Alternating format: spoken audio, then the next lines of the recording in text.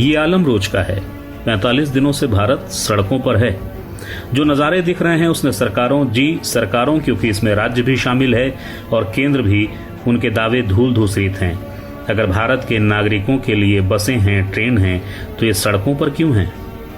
कोई बैल की जगह खुद को ही जोत लिया है और खींचे चले जा रहा है।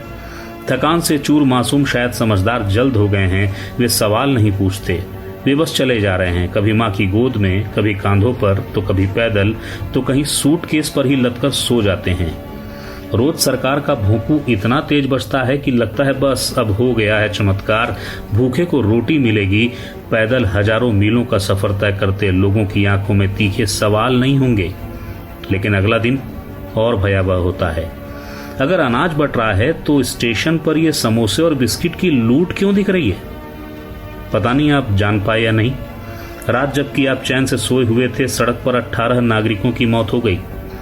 टैंकर में छुपकर जाते नागरिक तब मरे जब टैंकर बस से टकराया, तो सड़कों पर चलते नागरिकों की एक टोली को तेज रफ्तार बस रौंद गई।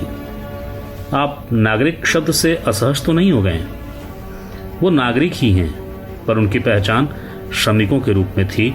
वे घर जा रहे थे।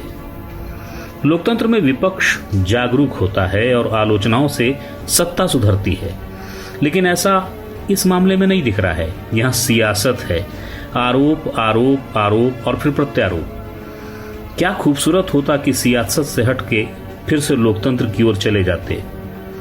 मोकामा के बाहुबली अनंत सिंह की एक टिप्पणी बेहद वायरल हुई थी, पर आज के माहौल को देख लगता है वो बात बेहुदा थी और एक गुंडे की छवि वाले शख्स ने कही थी, लेकिन क्या सच नहीं कही थी?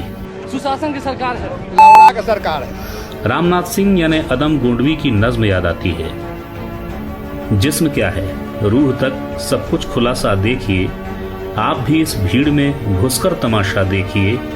जो बदल सकती है इस पुलिया के मौसम का मिजाज, उस युवा पीढ़ी के चेहरे की हताशा देखिए। जल रहा है देश, ये बहला रही है कौम को। किस तरह अश्लील है कविता की भाषा देखिए।